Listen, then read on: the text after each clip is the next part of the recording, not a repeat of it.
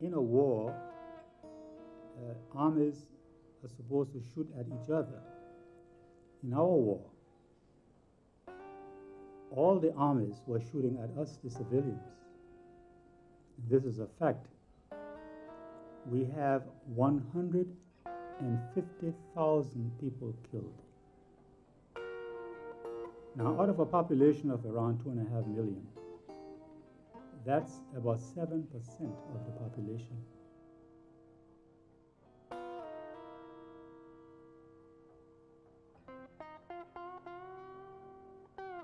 And the reason is because the armies were not fighting each other.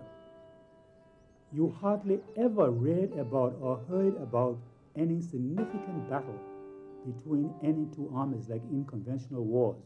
You will hear about this, the battle of this or the battle of that. We didn't have such things. What we heard about were the massacres.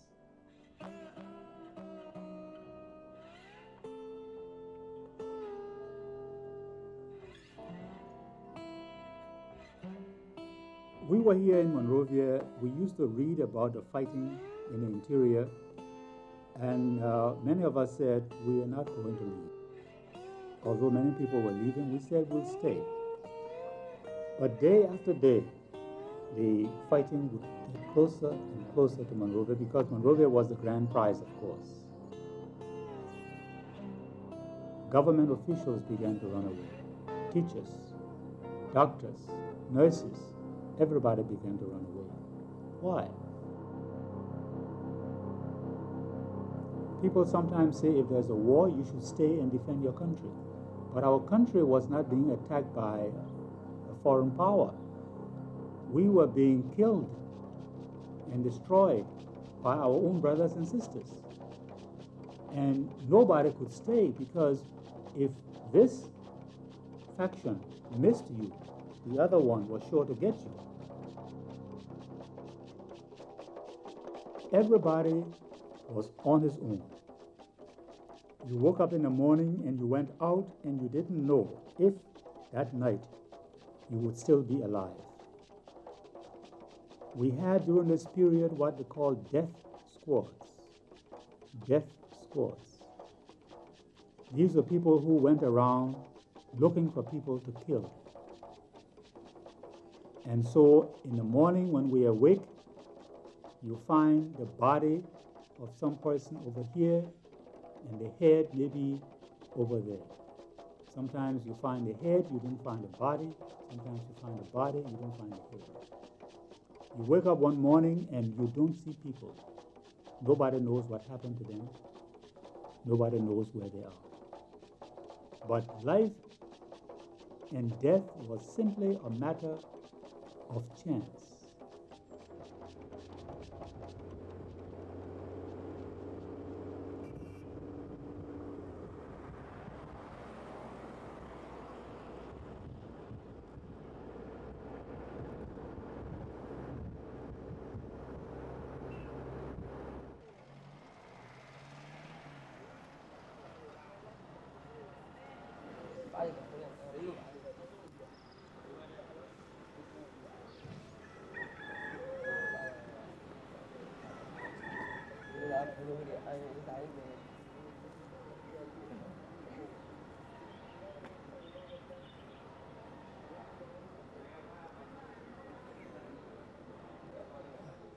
My name is Henry Andrews. I'm retired from active service, government service, as well as business. And I'm now trying to make a contribution to the national effort in the areas of my own specialities, which are mainly journalism, and also trying to have an impact on public opinion. That's what I'm mainly engaged in right now.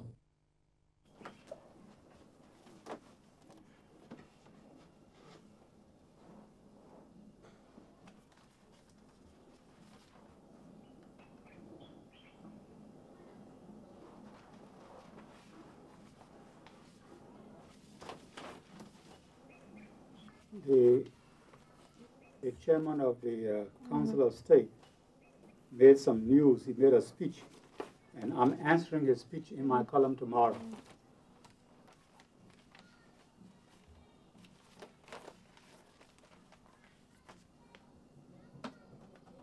I feel that bridges can be repaired, the infrastructure can be put back, but it's not easy to change a mind. And we need to change our attitudes and values, the way we look at things, the way we see right and wrong, the way we see justice. These things we need to look at, and this is our problem, I think. For us,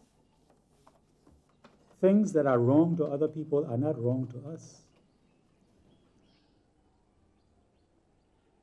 I don't myself, I'm not a psychologist, so I can't explain this. I can't explain why people will put so little value on life.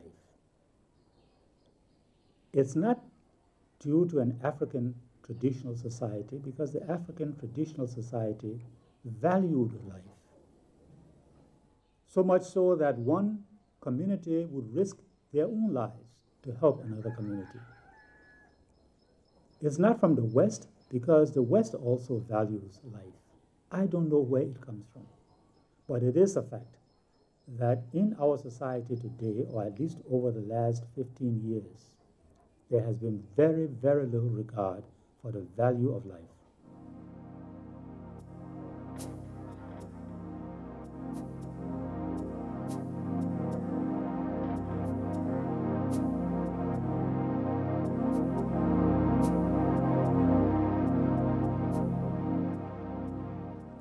To understand our present problems, you have to go all the way back to the founding of the Republic. This country was founded by freed slaves from the United States, and they came and tried to establish a nation. Unfortunately, they had no experience in the art of nation building.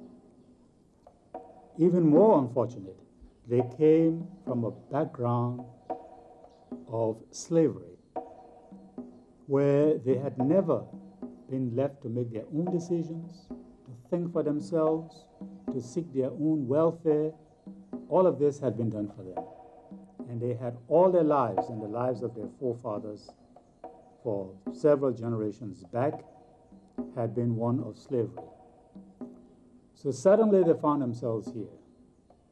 And the first thing that they did was to recreate here in Liberia the very system from which they had escaped. This time, however, their roles were reversed.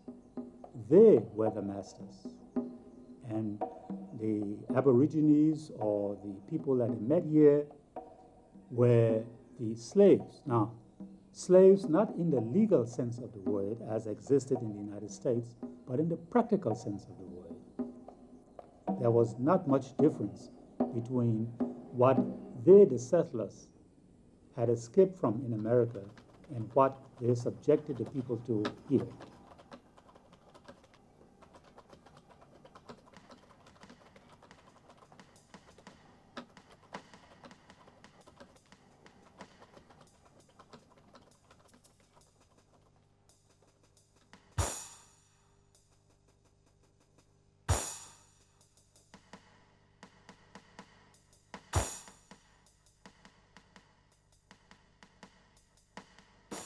President Tubman became president in the early 1940s, and more than any other person, he tried to remove these injustices that the settler descendants were inflicting on the indigenous population. Then President Talbot succeeded him, and he also tried. But it's important to remember one thing. As much as these people had good intentions and as much as they'd really tried, it was difficult because they wanted a change without changing themselves. For instance, President Tubman would go to the Independence Day celebration of the whole nation wearing a top hat, cravat, and long black tailcoat, which of course was completely alien to the indigenous people. The general feeling in the country was that too long, one small group has monopolized the power. It is time that the power pass to some other people. And that is when our problems began in 1979, our last set of problems, because you must understand the problems were there from the very beginning.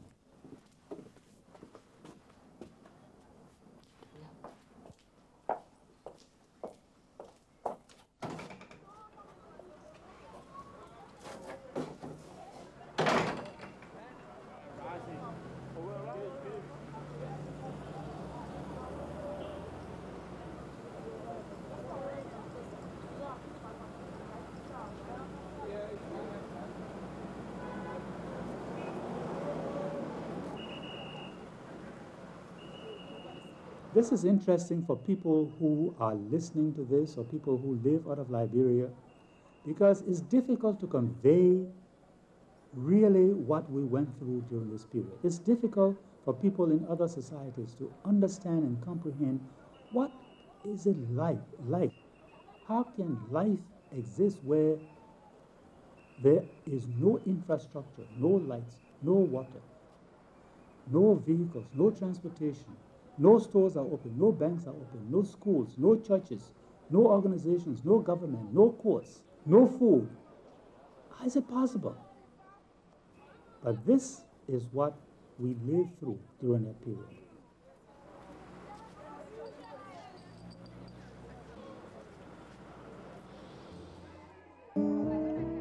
I used to stand here and look out the window, and I used to see people gathering leaves to go and boil, to stay alive. I had a palm tree in my front yard. This was a special kind of palm whose inside is poisonous. And a young friend of mine who was living across the street cut that palm tree down to take out the heart to eat, and he died.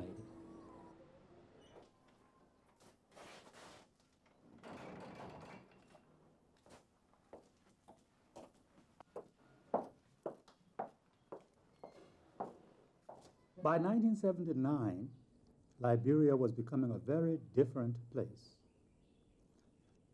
The settler population, or the descendants of the settlers, had not devoted as much time to educating the indigenous people as they should have. But many indigenous people had been educated. Some had gone away, come back. Many settlers also were thinking that this system we have is not good. It's going to explode someday, and we should try and change it while we have time. So by 1979, this was the general feeling in the country. And then you had some young people who were what we call political activists. And they were telling the people, you cannot go on like this indefinitely. So in 1979, we have what we refer to as the rice riots. The rice riots. Because the government under Mr. Talbot, decided to increase the price of rice. Now, rice is our staple food. There was a big demonstration, and there was a massacre on that day. The security forces moved in, and they shot into the crowd and killed so many people, wounded so many. The leaders of the demonstration were arrested and thrown into jail. That was in 1979, April 14. Now, if you fast forward to 1980, April 12, by that time, news had begun to spread. Whether true or not, I can't say. But news was spreading that on April 14, the anniversary of the rice riots, the government were going to execute the leaders of that demonstration who were still in jail. And so on the night of April 11th, and on the morning of April 12th, 17 enlisted men of the army fought their way into the executive mansion and killed Mr. Talbot, the president. These people were led by a young sergeant called Samuel K. Doe. And Mr. Doe went on national radio and told the people that the old government had been overthrown because of corruption, because of mismanagement of the national affairs, and because of failing to develop the country, and they were going now to do a good job.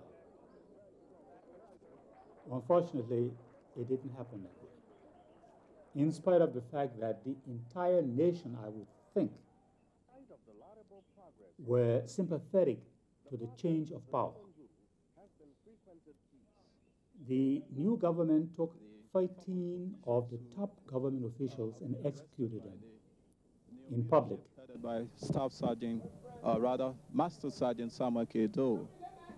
Master Sergeant Doe is seen accompanied by young army officers walking along the ocean, going rather back to the execution ground. Roll!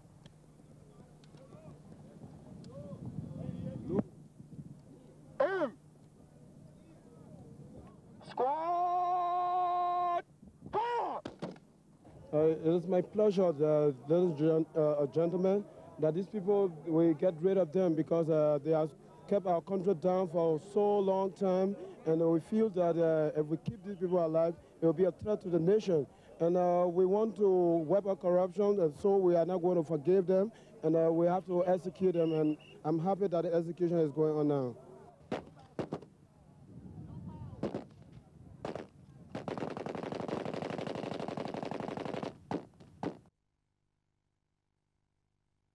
In a very short time, Mr. Doe and his colleagues began to do the very things that the government they overthrew had done, and even more.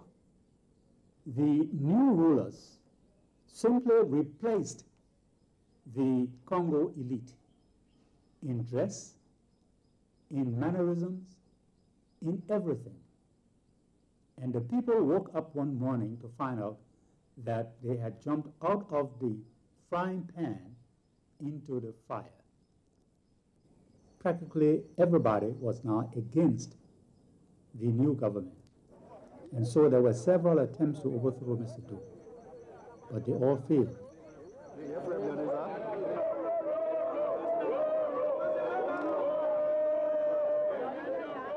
And finally, in 1989, the National Patriotic Front of Liberia, led by Charles Taylor, arrived on the borders of Liberia with Ivory Coast in a city called Butuo, which will live in Liberian history forever. And Mr. Taylor announced that he was here to free the Liberian people from the oppression of Mr. Doe. That was on December 24th, 1989. By this time, the NPFL and the army were locked in battle here in the city of Monrovia. And as one drives around the city, you can see buildings still carrying pockmarked shell holes. You can see the destruction in the city. By this time, Mr. Prince Johnson, who had deserted Mr. Taylor, had set up his own army headquarters and was in control of the Freeport. The ECOMOG troops were here. They were mainly at the Freeport of Monrovia area. For what reason, I don't know, but President Doe decided to visit the ECOMOG commander at the Freeport. And when he arrived, he was captured by Mr. Prince Johnson, and he was killed. Very brutally. Mr. Johnson called a foreign photographer to film the occasion so that the world was able to see what happened to Mr. Doe. Very, very gruesome, very brutal. I want to move Joe and move Taylor so that Liberians can live in peace.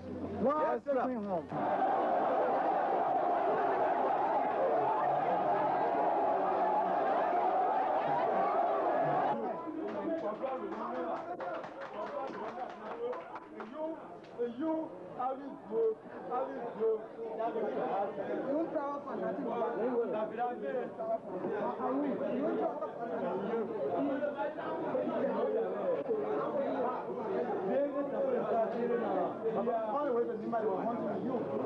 So please listen me, so I'll tell you. Now you guys want to work on. So you will continue now with Taylor, right? And we'll bring Taylor down. Taylor, not into the corner. So what you want to make? I say the two men fight and one wins. So you agree a winner? Yes. Please loosen my hands so I'll talk. So you can disappear? No, I can't disappear. You can tap my feet. No. Why must you enter people or even telling me? I'm a Zoom. Do you inform me? Yes. I said this money to you. I said toss this money.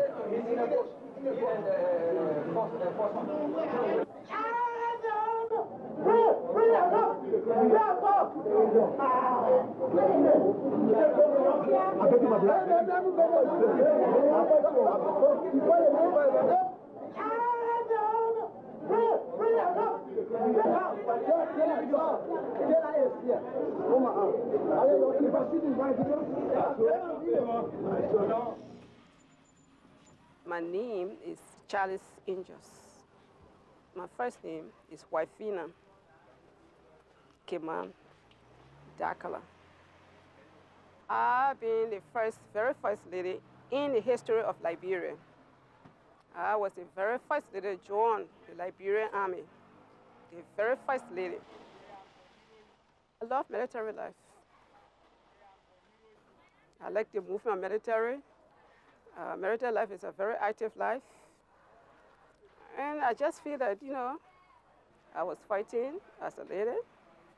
As brother, I'm speaking to you as a general in the army.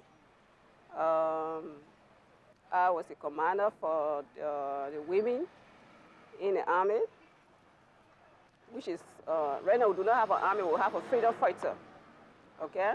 I was a commander. And when they say front line, I'm always there. I'm always at the front line, fighting physically. In one unit, I had 500 women in one unit. Women as a whole in any organization, they are very smart. What really happens is that your enemy is trying to fight you. You don't think of your beauty, you don't think of your future, you don't think of anything again. You are there to fight your enemy.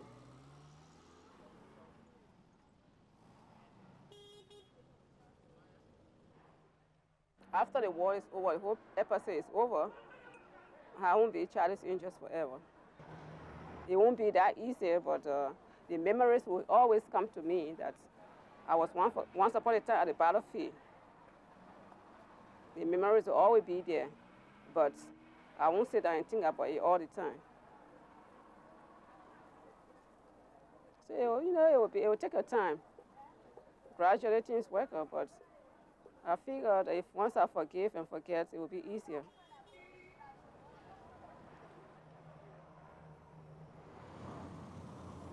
You see my importance? Yes. Now me today, white man, they take me picture. Live on now.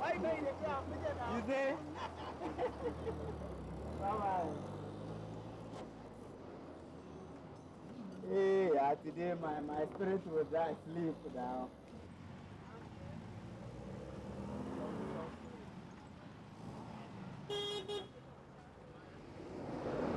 Well, there are so many reasons why my name is Charles Angels. Because you saw it on the television. Number one reason is like my performance on my job. That's what makes me an angel. And the respect to my boss. That's number one makes me Charlie. So I'm an angel to a Charlie. Oh, yes. Not Egyptian, everybody.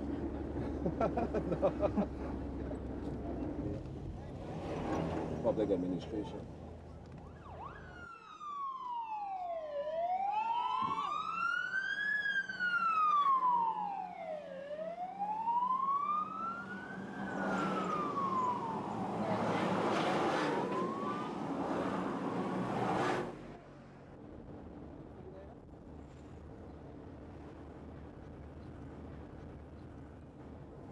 You know, it reminds me of this movie here, Michael Knights. Malcolm X? Michael Knights. I don't think I saw it. It's a movie that used to come regularly on TV, Michael Knights. You know, they have a black car, and this car is You know, yeah. this car talks. A long time. Yeah, long time. This car is talk by itself. When you really drive by itself, it's a very dark car. And whenever Michael goes somewhere, if he's in a danger, this car helps to save his life. Michael Knight. It's just like some of those sport car.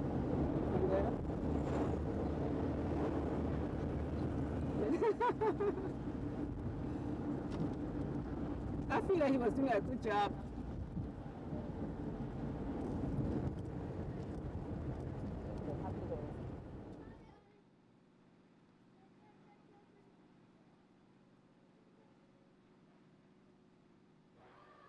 Before this war, 1990, I went to Kakata to my mother, and the war took place.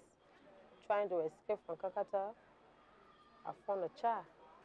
I found a little baby, 10 months old baby. I took him along with me while I traveled until he became big. When he became big, I named him Lucky Boy because I don't know his name. I don't even know his mother. I don't know his parents, none of them. I saw him on a dead woman back, and I took him because while everybody was traveling and the little child was on the mother back, the mother was dead.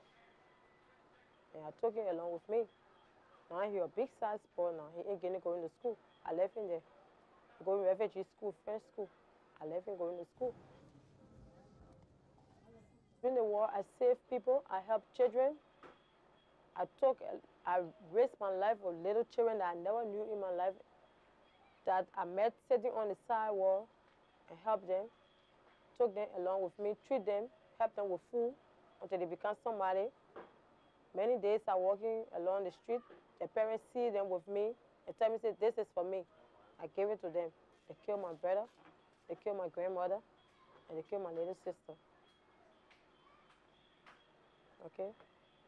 So that make me to do what I'm not supposed to do. It may happen to you.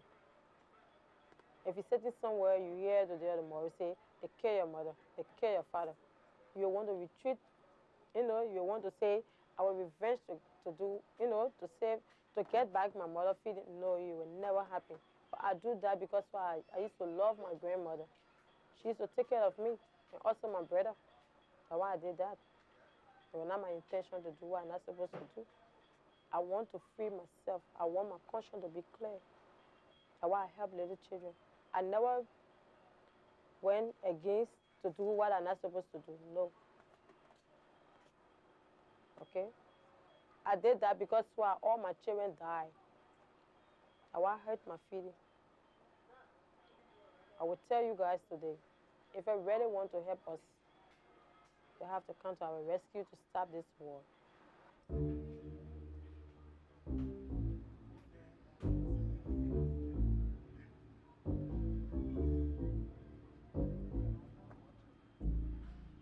What need that these children have at this moment that they are accepted as human beings, and not as killers by society. These kids I'm talking about, the children, these boy soldiers, because society was really responsible.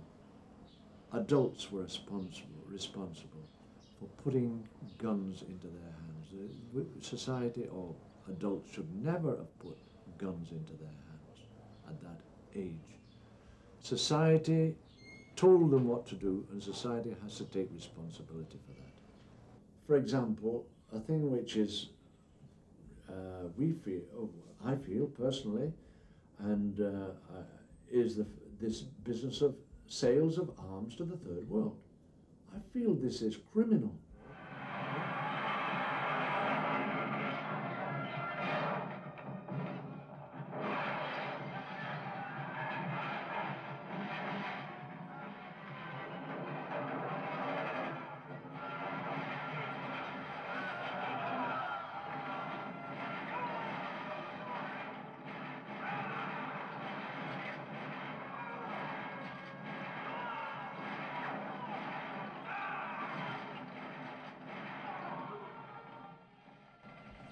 I'm not sure that they are influenced as much as we think they're influenced by these movies. And even watching a Rambo film, sometimes we enjoy that. Why? Because we can't do it, but we just enjoy watching it, you know?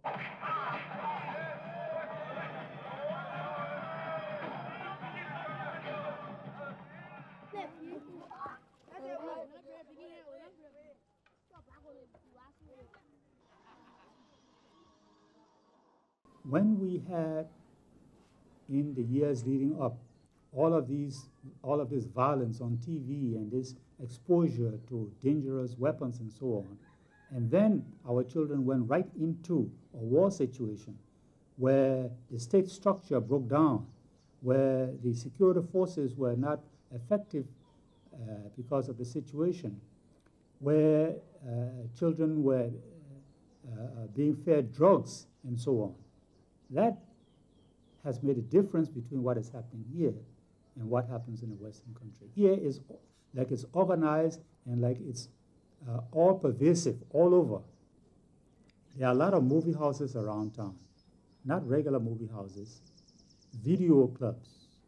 All one needs is a TV, a video, a large room, and he's in business. He charges admission fees, people come in.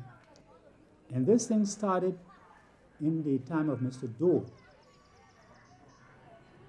And so for 10 years before the war broke out, we fed our children this fear of violence. Violence for the sake of violence, gratuitous violence. And the children sit in these places and they jump and shout and yell, and they're so happy when they see the blood spilling on the ground. They say, yeah, that's it. So we should not be surprised that later on they practice in the bushes what we have shown them on our video TVs.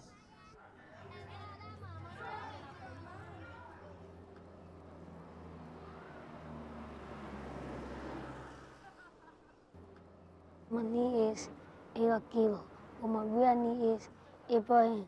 It's my fighting knee. The knee what they gave me in the bush. I want to be a soldier because they killed my father, so I went there to be a soldier. The man who killed them, I saw the man and I killed the man back. I saw him and he came to fight me and I killed him. They were coming and my weapons, and I fancy, when all of them come, I can hide. When he come, he fire, and I can shoot him. To fight, to fight your enemy. If you see your bad people coming around, you fight them. And they can come to kill you, so you can fight them. Yeah, I like, sometimes I like war,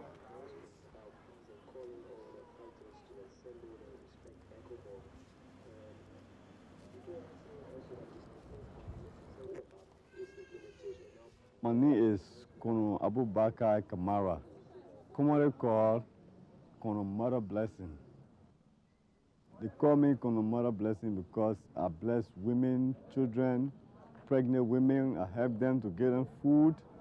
I gave them sleeping place. So this is why they call me Kono Mother Blessing. Or I have 978 men under my command, and I have about 176 of Hela the Killer. Some of them are 9, some of them are 10, some are 11, the highest is 12. They go on the advanced team. They go on the advanced team.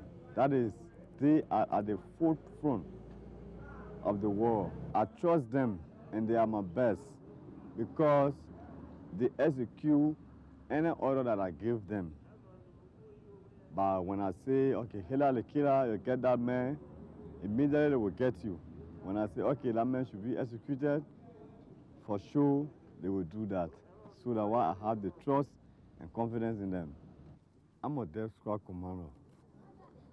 So the soldiers that are above 20, 21, 22, 23, when I tell them to do certain operations like that, they'll always be afraid. But like Hela the Killer, like my other 75 soldiers, I get like Hela the Killer, like small soldier, they are not afraid. See, this man sometimes he go in the bush, he kills some people, and he can take out some people's heart. You know, sometimes he can kill me to take out the people in the eyeball, you know. And then he can go and give it to the boss man. The boss man can, you know, go all of them can eat it. He's a bad guy, you know. He's not, you know, sometimes he do bad, sometimes he do good. The heart, after I get Le cœur, set, quand je l'ai, je le porte au général Poivre et Sel. C'est lui qui prendra la dernière décision. Il donnera les derniers ordres, si on doit le garder ou si on doit... Vous savez, si on doit en faire quoi que ce soit qui peut se faire plus tard. Comme par exemple, si on doit le manger ou le garder, alors il prendra la décision. Mais c'est à moi seul qu'il dira, ordonnez à vos hommes, comme Hitler the Killer, de nous ramener du cœur. Et immédiatement, je transmets l'ordre à mes hommes et ils exécutent très rapidement l'opération.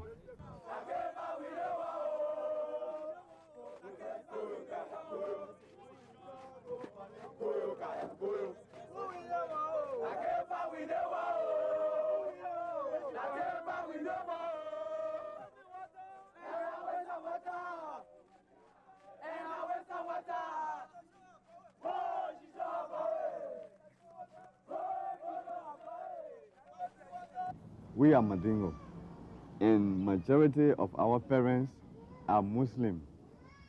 So the two of us, they say it's written in the Quran that when you kill your enemy, you should eat a heart. It will make you more strong and brave to fight against them for even a year or whatsoever time. So that's the reason we believe in that. I'm afraid because I didn't do it for. If I come to do it, they will come to kill me. So I don't do it for. So anytime when they finish the operation, they can say, oh, Kono Mother Blessing, what do you have for us, sir? I say, okay, this is some marijuana, this is some cigarette, because you people are small to take in gunpowder. As for me, yeah, I can take in gunpowder, but as for y'all, you can take gunpowder, but you can have a smoke of marijuana and drink some liquor, because I don't drink, I only smoke marijuana and take in gunpowder.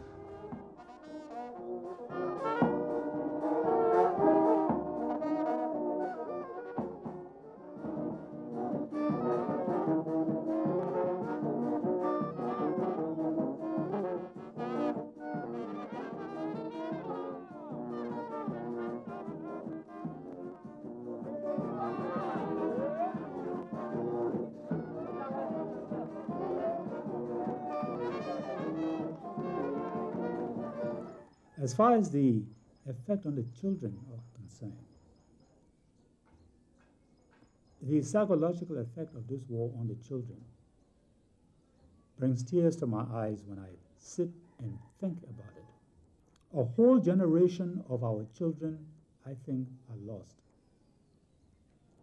Because we're now into our 6th year, and during 6 years, there are children who have had a very poor education, thousands and tens of thousands of children who have not had a chance to go to school during those years.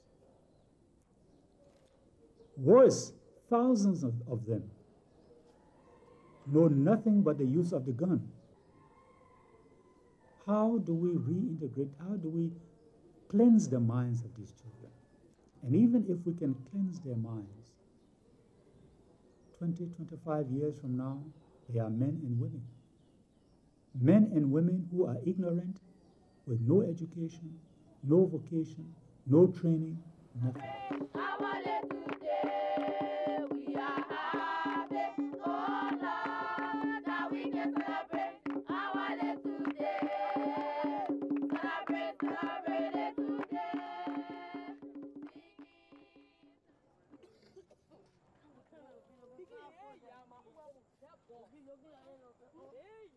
I'm 11 years old. Nothing on the one. I turned 14. I was 14 before. That time I started. I was 7 years old. And when I was 14, I was taking a push. I became a big man. We got 14. You know, we were 14. I came Nemo and Chatera boys. We were 14. So I killed 10 or Chatera boys. And I ran away. And I went way in the bush. I killed them with my gun. I like, sometimes I like war,